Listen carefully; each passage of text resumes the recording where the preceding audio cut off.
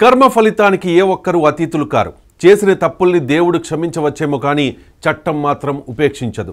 వాక్కుకున్న పదును వాడి కత్తికి లేదు, జారవలదు నోరు, జాగ్రత్త జాగ్రత్త అంటారు మన పెద్దలు.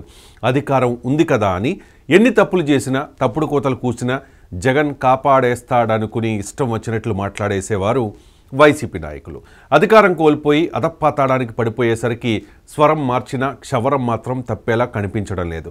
రాజకీయ విమర్శలు హుందాగా ఉండాలి, అంతేగాని పిల్లల జోలికి పెళ్లాల జోలికి వెళ్ళకూడదు కదా. జగన్ కళ్లల్లో ఆనందం చూడడానికి, తద్వారా పదవులు దక్కించుకోవడానికి వైసీపీ నేతలు వాడిన అస్త్రం పవన్ను తిట్టడం. ఆ తిట్టడం కూడా మామూలుగా కాదు, మనం వినలేని విధంగా సభ్య సమాజం సిగ్గుతో తలదించుకునే రీతిలో పవన్ ఫ్యామిలీపై విమర్శలు చేశారు. పవన్ భాషలో చెప్పాలంటే మానసిక అత్యాచారం చేశారు. పవన్ కళ్యాణ్, నువ్వు షూటింగ్కి వెళ్ళేటప్పుడు వెళ్ళంగానే నీ పెళ్ళాం మీ ఇంట్లో పని వాళ్ళతో అక్రమ సంబంధం పెట్టుకుంది అని ఎవరో చెప్పారు, నిజమా కాదా? ఈ సైకో గాడికి తెలియజెప్తున్నా, పవన్ కళ్యాణ్ సైకో వెధవకి చెప్తున్నా, ఒరే సైకో వెధవా, నీకు ఒక ఆడపిల్ల ఉంది, ఆ పిల్ల పెద్దదవుతుంది, గుర్తు పెట్టుకొని వెనక బతికే ఉంటాను, రక్త కన్నీరు పెట్టుకుంటావు, దరిద్రపు నా కొడక. నా భార్య నిన్ను మాట్లాడేందుకు నిన్ను ఎవరైనా వస్తురా. ఇది చట్టం, సమాజం, ప్రజాస్వామ్యం, న్యాయస్థానాలు ఉన్నాయి కాబట్టి నేను అనలేకపోతున్నా, అంతకంటే లిమిటెడ్ అనలేకపోతున్నా. నాగరికత తెచ్చుకో, సంస్కృతి తెచ్చుకో, మానవత్వం తెచ్చుకో, ఆడవాన్ని గౌరవించు. నీకేం తెలుసు ఆడదాన్ని గౌరవించుతావు? నువ్వు పొల్లకి చీర కట్టినా చీర చూస్తావు అమ్మాయి ఎవరని. నువ్వు చూడా మార్కు, నీ వ్యక్తిగతాలు తీసేయి. నీకు కుదరకపోతే నువ్వు రాజకీయాల నుంచి వెళ్ళిపోయి ఏ చావైనా చావు. ఈ లిస్టులో ముందుంటారు బోరుగడ్డ అనిల్ కుమార్ అండ్ పోసాని కృష్ణమురళి. బోరుగడ్డకు ట్రీట్మెంట్ కాస్త ముందే స్టార్ట్ అయింది. ఇప్పటికీ బోరుగడ్డ రిమాండ్లోనే ఉన్నాడు. పోసానికి మాత్రం ట్రీట్మెంట్ కాస్త లేటుగా స్టార్ట్ అయింది. అసెంబ్లీ సాక్షిగా నారా భువనేశ్వరి గారిని, లోకేష్ పుట్టుకను అపహాస్యం చేస్తూ చవకబారు వ్యాఖ్యలు చేసిన వల్లభనేని వంశీకి కూడా ట్రీట్మెంట్ స్టార్ట్ అయింది. ఇక నెక్స్ట్ ఎవరు అనే చర్చ నడుస్తున్న నేపథ్యంలో గోరంట్ల మాధవ్ పేరు ముందుకొచ్చింది. కొడాలి నాని, ఆర్కే రోజాల పేర్లు ఆ తర్వాత వినిపిస్తూ ఉన్నాయి. ఇక గోరంట్ల మాధవ్ పేరు వినగానే గుర్తొచ్చేది న్యూడ్ వీడియో కాల్లో ఒక మహిళతో మాట్లాడుతూ తన ప్రైవేట్ పార్ట్ చూపించి అప్పట్లో గోరంట్ల మాధవ్ తెగ వైరల్ అయిపోయాడు. ఆ వీడియోలో ఉన్నది తాను కాదని ఆ వీడియో మార్ఫింగ్ వీడియో అంటూ తెగ రచ్చ చేశాడు గోరంట్ల మాధవ్. ఆ వీడియో మార్ఫింగా లేక ఒరిజినల్లా మనకు అనవసరం. సదరు మహిళ ఎటువంటి కంప్లైంట్ ఇవ్వలేదు కాబట్టి కేసు కూడా లేదు. కానీ మరో కేసులో మాత్రం గోరంట్ల మాధవ్కు తిప్పలు తప్పేలా కనిపించడం లేదు. పోక్సో కేసు బాధితుల వివరాలను మీడియా సమావేశంలో బహిరంగ పరిచినందుకు మాధవ్పై గత ఏడాది నవంబర్ 2న కేసు నమోదైంది. వైసీపీ హయాంలో రాష్ట్ర మహిళా కమిషన్ చైర్పర్సన్గా పనిచేసి ఆ తర్వాత పార్టీని వీడిన వాసిరెడ్డి పద్మ మాధవ్పై ఫిర్యాదు చేశారు.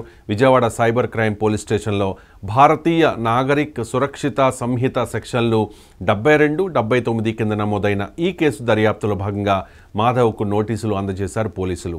మార్చి 5వ తేదీన విజయవాడకు వచ్చి తమ ఎదుట హాజరు కావాలని సూచించారు. మరి మాధవ్ పోలీసు విచారణకు వెళతారా, వెళితే పోలీసులు అదుపులోకి తీసుకుని అరెస్ట్ చేస్తారా అనేది సస్పెన్స్గా మారింది. గోరంట్ల మాధవ్ గతంలో పోలీస్ డిపార్ట్మెంట్లో పనిచేశారు.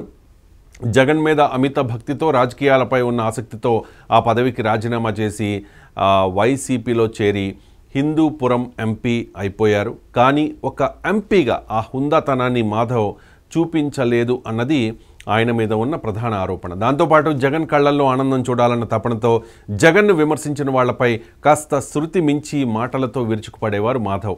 అంతవరకు ఓకే, కానీ వీడియో కాల్లో బట్టలిప్పి ప్రైవేట్ పార్ట్ చూపించిన ఘటన మాధవ్ పరువును, వైసీపీ ప్రతిష్టను మరింత దిగజారేలా చేసింది. మొత్తానికి గత వైసీపీ ప్రభుత్వ హయాంలో వివిధ పదవుల్లో ఉండి అప్పటి ప్రతిపక్షమైన టీడీపీ, జనసేన పార్టీల నేతలపై వివాదాస్పద వ్యాఖ్యలు చేసిన వైసీపీ నేతలు వరుసగా ఒక్కొక్కరుగా పోలీసు నోటీసులు అందుకుంటూ ఉన్నారు.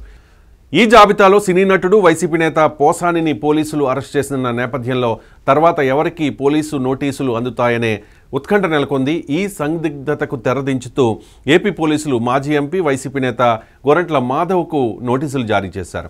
దీంతో నెక్స్ట్ అరెస్ట్ కాబోతోంది గోరంట్ల మాధవ్ అనే ప్రచారం ఊపందుకుంది. 2024లో ఒక అత్యాచార ఘటనలో బాధితుల పేర్లను బహిరంగంగా వెల్లడించారనే ఆరోపణలపై విజయవాడ సైబర్ క్రైమ్ పోలీసులు గోరంట్ల మాధవ్కు నోటీసులు జారీ చేశారు. మార్చి 5న తమ ముందు విచారణకు హాజరు కావాలని నోటీసులో పేర్కొన్నారు. గతంలో పోలీస్ ఆఫీసర్గా పనిచేసిన గోరంట్ల మాధవ్ చట్టాన్ని ధిక్కరిస్తూ అత్యాచార ఘటనలోని బాధితుల పేర్లను బహిరంగంగా తెలిపారని 2024 నవంబర్లో మహిళా కమిషన్ మాజీ చైర్పర్సన్ వాసిరెడ్డి పద్మ గోరంట్ల మాధవ్పై పోలీసులకు ఫిర్యాదు చేశారు. అత్యాచార ఘటనలో బాధితుల పేర్లు ఎట్టి పరిస్థితుల్లోనూ వెల్లడించకూడదనే సుప్రీంకోర్టు తీర్పును చట్టాన్ని ధిక్కరిస్తూ గోరంట్ల మాధవ్ బాధితుల పేర్లను బహిరంగంగా మీడియా ముందు చెప్పేశారు. మహిళా కమిషన్ మాజీ చైర్పర్సన్ వాసిరెడ్డి పద్మ ఫిర్యాదు ఆధారంగా నమోదు చేసిన కేసులో విజయవాడలోని సైబర్ క్రైమ్ పోలీస్ స్టేషన్లో విచారణకు హాజరు కావాలని మాధవ్కు పోలీసులు తెలిపారు. పోసాని అరెస్ట్ నేపథ్యంలో నెక్స్ట్ ఎవరికి పోలీసులు నోటీసులు పంపిస్తారనే చర్చ తీవ్రంగా జరుగుతోంది. ఈ నేపథ్యంలో అనేక మంది కీలక నేతల పేర్లు ప్రచారంలో ఉండగా పోలీసులు మాత్రం అనూహ్యంగా గోరంట్ల మాధవ్కు నోటీసులు జారీ చేసి సరికొత్త చర్చకు తెరలేపారు. గతంలో పోలీస్ శాఖలో సిఐ హోదాలో పనిచేసిన గోరంట్ల మాధవ్కు చట్టంపై అవగాహన ఉండాల్సిందే. అలాంటి వ్యక్తి అత్యాచార ఘటనలోని బాధితుల వివరాలను బహిరంగపరచడం సరైన చర్య కానే కాదు. ప్రస్తుతం ఆ కేసులోనే గోరంట్ల మాధవ్కు నోటీసులు జారీ అయ్యాయి. దీంతో ఎప్పుడైనా గోరంట్ల మాధవ్ను అరెస్ట్ చేసి జైలుకు పంపించేందుకు పోలీసులు పకడ్బందీగా వ్యవహరిస్తూ ఉన్నారనే ప్రచారం జరుగుతోంది. ఇక జగన్ అండ చూసుకుని రెచ్చిపోయిన వైసీపీ నాయకుల కొన్ని పేర్లు జనసేన సోషల్ మీడియాలో వైరల్గా మారాయి. గోరంట్ల మాధవ్ తర్వాత మాజీ మంత్రి ఆర్కే రోజా, అలాగే వైసీపీ జాయింట్ సెక్రటరీ కారుమూరి వెంకటరెడ్డి పేర్లు బలంగా వినిపిస్తూ ఉన్నాయి. రోజా ఏ రేంజ్లో జనసేన మీద, పవన్ కళ్యాణ్ మీద, మెగా ఫ్యామిలీ మీద విరుచుకు పడేదో అందరికీ తెలిసిందే. ఇక టీవీ డిబేట్స్లో జనసేన మీద నోటికొచ్చినట్లు మాట్లాడి హిట్ లిస్టులో ఉన్నారు వైసీపీ జాయింట్ సెక్రటరీ కారుమూరి వెంకటరెడ్డి. వ్యక్తిగా మంచివాడైనా సౌమ్యుడైనా కూడా టీవీ డిబేట్స్లో జగన్ కళ్ళల్లో ఆనందం చూడడం కోసం పూనకం వచ్చినట్లుగా ఊగిపోతూ వీర మహిళల మీద, పవన్ కళ్యాణ్ మీద నోటికొచ్చినట్లు విరుచుకుపడేవాడు కారుమూరి వెంకటరెడ్డి. ఎదుటి వారిని మాట్లాడనిచ్చేవాడు కాదు. అంతెందుకు నేనే చాలా డిబేట్స్లో వెంకటరెడ్డి అరాచకం చూడలేక స్టూడియో నుంచి అతన్ని బయటకు పంపించేశా. 99 టీవీ న్యూట్రల్గా ఉండే మీడియా కాబట్టి, అన్ని పార్టీల నాయకులు వచ్చే ఛానల్ కాబట్టి ఆ తర్వాత వెంకటరెడ్డిని డిబేట్స్కి పిలవక తప్పని పరిస్థితి. కానీ వైసీపీ పతనం తర్వాత కూడా కారుమూరి వెంకటరెడ్డి పద్ధతిలో మార్పు రాలేదు కాబట్టి అతన్ని కూడా హిట్ లిస్ట్లో పెట్టినట్లు సమాచారం.